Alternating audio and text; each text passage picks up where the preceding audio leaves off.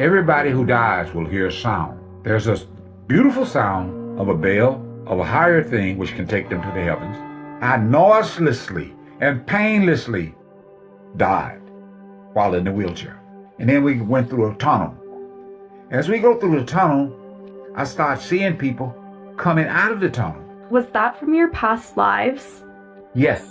Everybody in that world will experience music. Everything is full of music. The mountains, the water.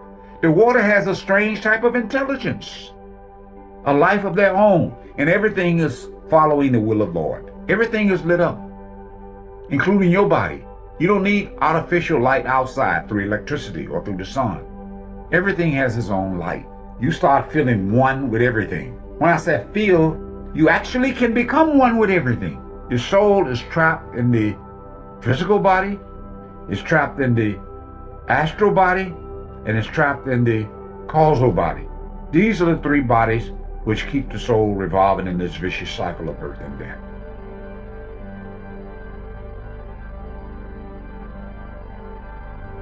My job is to get into your head. I'm not a psychic nor a magician, but my job is to get into your head because you got the same consciousness I got. And if I achieve that miracle, a light bulb would go off. You'll say, wow. You always say wow when knowledge comes. Ooh-wee, My name is Professor Brinson, and I had met my teacher back in the 70s. His name was Ishwasi Puri. He was Chief Secretary of the state of the Punjab. India has over 1 million people. So when you say Chief Secretary of a state, you're talking about maybe the population of the entire United States. And I met him through a coincidence. He was much older than myself, and he was highly intelligent. And through this coincidence, he befriended me and gave me so much affection. I was totally impressed with his humility and with his love and affection. Ended up, before I left India, he said, sit down on a bench. We were in a park. He raised his voice and looked like he was shouting at me. And I said, why are you shouting? He said, I want you to remember what I'm saying. You people in the western part of the world, especially America, including in Europe, you think you know more than what we know.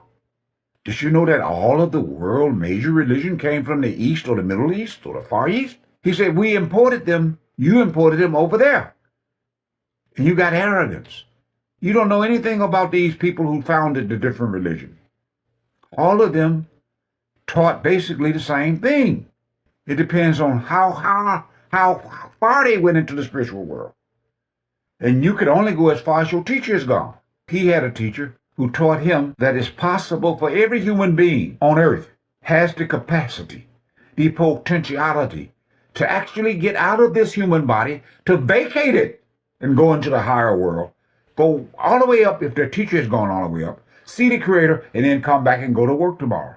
I said, wow, I almost fell off the bench. He said, every human being is made like that. I said, wow, I can't think of anything better. He said, nor could I. No human being can think of anything better. They don't know they're made like this. Your friend, your mentor on Earth told you that he would be there when you died? Yes, that was during the 70s when I got initiated.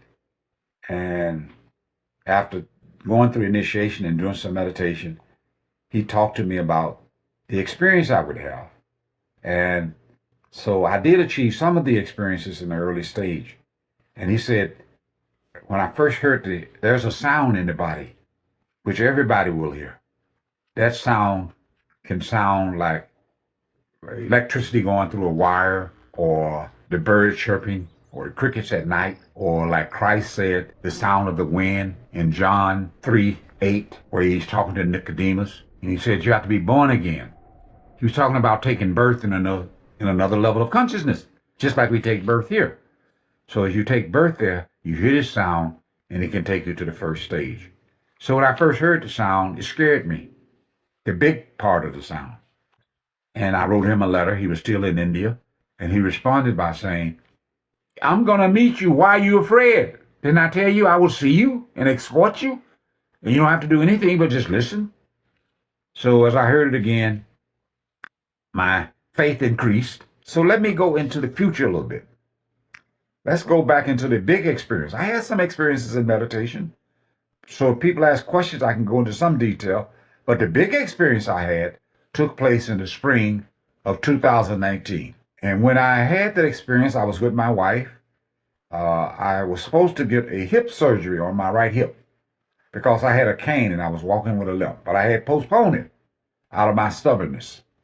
And she said, look, you're going to go get a colonoscopy. I said, what does a colonoscopy has to do with the hip surgery? She said, it'll clean out your system. I said, well, I've been a vegetarian, ate plant-based food for nearly 50 years. My organs, my veins are not clogged up with cholesterol. You know how wives can be if you're with them for a long time. And so she said, shut up. We got into the hospital. She put me in a wheelchair. I go up to the 4th floor to meet the colonoscopist. And we got into another argument about money. I said, I need to go to the bank. She said, I told you to shut up. We're not going to go to the bank until next week sometime. So I became quiet. I felt it was a lot of stress. And so as I was in the wheelchair, as she wheeled me through the door, I stopped talking and she kept talking. I noiselessly and painlessly died while in the wheelchair. I didn't talk anymore, so she kept talking. She noticed that I wasn't speaking, so she went into a state of panicking. She started screaming. The nurses and the doctors that were on that floor, they came, and she said, my husband is not breathing. What's wrong? And I was watching this whole process. I was out of the body, just like in the movie Patrick Swayze, in the movie Ghost. So my teacher met me at that time.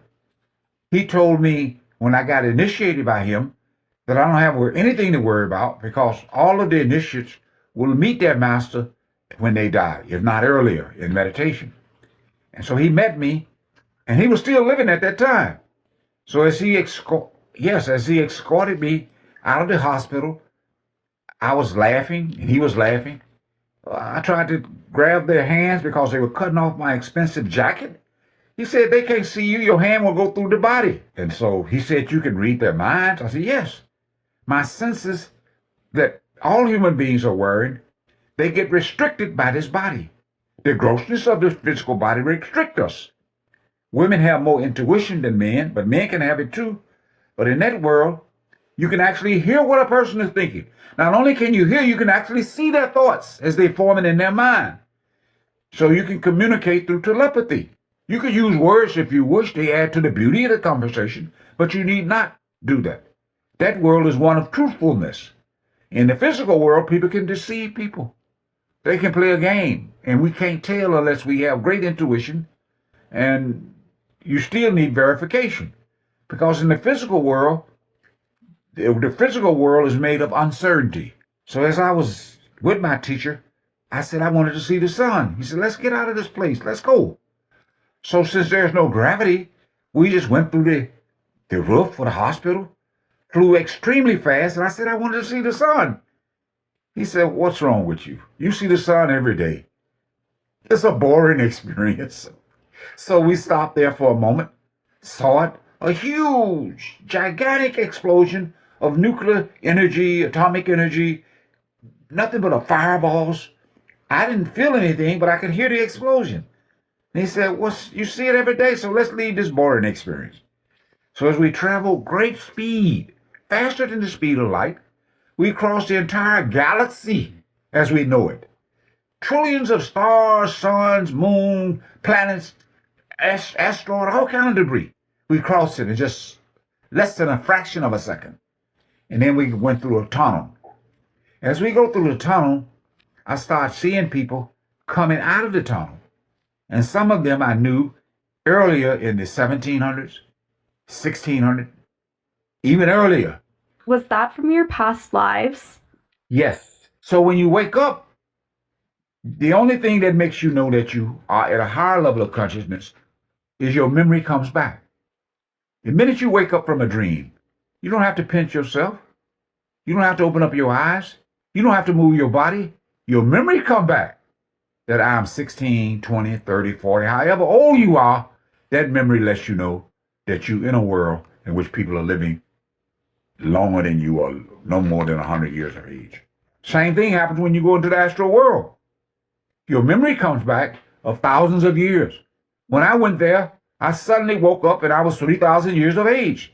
So when you go to the causal plane, memory of millions of years come back as you go higher and higher. Then you cross time into the self-realization stage. I didn't know everybody, but some of them called me by a strange name, which I recognized at that time because my memory was improving. And as they called me by this strange name, I responded. And they said, "Where are you from?" I said, "From America." "What part?" I said, "Chicago." "Well, we're going to be going to California, but we're going to get in touch with you if you come back. What's your phone number and address?" I gave it to them, knowing that they would go through a river of forgetfulness. Everybody that takes birth in the physical world, not everybody, but most, they go through this strange thing which I call spiritual Alzheimer, where they can't recall. They came up with a word today which they call deja vu, which means vague memory. I've done this before. I've seen this person before. I've had this, but you can't put your fingers on it because of the Alzheimer that's there. Some children do remember. But let's go into me leaving that tunnel. After I gave them my address and name, I knew they would forget and get into the experience of deja vu. So as we get out of that tunnel, we go into the lower part of the astral plane, then in the middle part, where all of the heavens and hells exist. All of the heavens and hells in this world exist in that world. They also exist in the physical world. Everything that you see in the physical world is there too, but in a more perfect, in a more powerful way. So as we got into the heavens, which is the middle part of the astral world, it's a beautiful world. I don't know how to describe it. Everything that is seen there is seen with the senses. The senses increase in power and awareness because you're in a refined body made of very refined and subtle matter. It's called the astral body. And you can see in a panoramic, a 360-degree circle. You don't have to turn your head. You can see everywhere. Also, you can not only read people's mind, but everybody in that world is extremely beautiful and gorgeous. There's no ugly people there. You can create your own body and form it like you do in the physical world. Like I'm looking at your face, you got a beautiful face. As you get older, you'll probably put on Botox or go see a person who can do plastic surgery. People do that in this world. In that world, you don't have to do that. You just think. But in this world, you think too. Oh, I'm getting a little wrinkle. Let me go see this plastic surgeon. Or let me put on some lipstick and beautify my eyelashes. We all want to look young and beautiful. The average age of that person in that world looks like they're in their 30s. Because in that world, you create your thoughts. You create your body through thinking there too, like you do in this world to some extent. And no pain is there. Everybody's nonviolent, full of love. It's a beautiful world. You don't want to leave that world. You get so much knowledge. Like in this world, we go to school, we go to colleges, and we learn by a tedious method of putting our attention on books. Let me read this book. Let me spend all night trying to understand Einstein's theory of equals squared. Let me understand chemistry. In that world, knowledge comes by infusion. You don't have to go through reading. You just look at something, and the knowledge embedded within that activity or that thing get infused into you, depending on how much concentration you develop in the physical world. Concentration and knowledge are connected. Even in the physical world, when people make great discoveries, like in the 1700s, there was no airplanes. There were no rockets, no telephone, no computers, no radios, no TVs. But as time went on, there were individuals who took birth, who had studied these activities in the astral world. When they came here, and with their great ability to concentrate, there was a door hidden behind his eyes, these two eyes, which cracked open a little bit. And the knowledge flooded them. They thought it was coming from outside. So they made these discoveries. That's how this world is evolving with all these inventions. All of the knowledge in this world is coming from another dimension through the door of human beings cracking open. There are human beings in that world. They have jobs. Some are scientists working on different projects, medical projects. They make medical discoveries. There are some people there, athletic, who are struggling with their skills. They take birth here and become rare athletes, making multi-millions of dollars in different sports. They just have that ability because they practice there. So you're doing practice here too when you come here. But some people have not practiced there enough to develop the super skills that those people have from there. So this world is similar, except that that world in the astral plane is a more perfect expression of the physical world. Everybody in that world will experience music. Everything is full of sounds. Like in the movie Sound of Music, which was made in America in the 80s, I believe. I saw it with Julie Andrews and the children who were singing with her. When she said the hills are full of music, everything is full of music. The mountains, the water has a strange type of intelligence, a life of their own, and everything is following the will of the Lord. But people don't know what that music is. They don't know that it's God in a lower form of vibration there, creating everything. So as we move through that world is a huge world of light. Everything is lit up, including your body. You don't need artificial light outside through electricity or through the sun. Everything has its own light, and everything has its own intelligence. Matter in this world appear to have no intelligence, but it does. You can take matter such as ordinary dirt and turn it into gold if you know how to do it. You can turn it into silver. You can turn it into houses and take trees and all of these things with the concentration of attention do these things. That's how this world developed. Furniture, wood is like a fuel. Plants play a major role in not only feeding us, but they give us fuel, they give us cotton and clothing. They are givers. They givers. And they humble, if I can call them humble. They have a life too. So if you eat plants, you become more calm. They got medicine. Just like all of the sheep and cows and horses, they're very calm creatures. The astral world got people there that are more intelligent, more wise, more loving. And there are administrators there, just like administrators are in this world. We call them angels. We call them different supervisors. And the big administrator, as the Greeks used to call in their teachings long ago, they call them gods, G-O-D-S. There are many gods. We call them administrators here. They control our destiny. Then you have a super god, like a president who controlled America. That president got different administrators, different departments, right? Department of Justice, and that world got department. But justice operates a different way there. People in this world can't see justice. They don't know justice is real. It's as real, or you can say more real than gravity. It's as exactious, or more exactious than gravity. You reap what you sow. So every human being in this world pull out from the partial Akashic records in the astral world a destiny. And they born with good and bad karma. Every human being has good and bad experiences here. And your job is to seek the Creator. How do you seek the Creator? There's only two beings in creation that's got free will. The ultimate Creator, out of knowledge, and human beings, out of ignorance. Our free will operate almost the same way. Therefore, the Creator loves us a little bit more.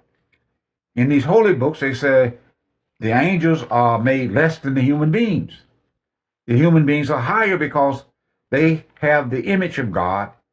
When they speak of image, they're talking about the way in which we exercise free will.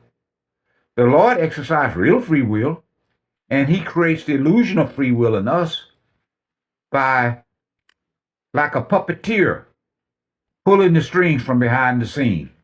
And He puts so much concentration into the scene that we start feeling, oh, I can do this, I can do that. And we actually can do it because of His intensification of our will that we can't see.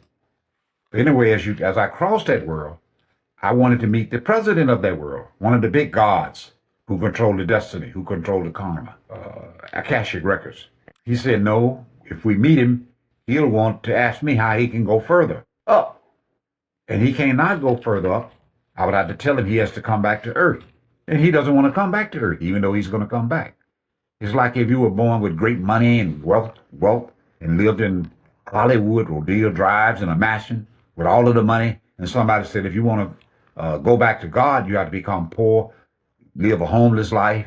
You would say, no, there must be another way. But when you go to heaven, that's how they bribe you. They said when you go to the earth, you only going to be dreaming from there, and a dream only lasts a little time because time is different. Just like when you go to sleep in this world, you go to sleep for 8 hours, and my teacher gave me an example. He said, what if somebody came to you and said, here's a suitcase with $5 million in it, but you have to take this red pill.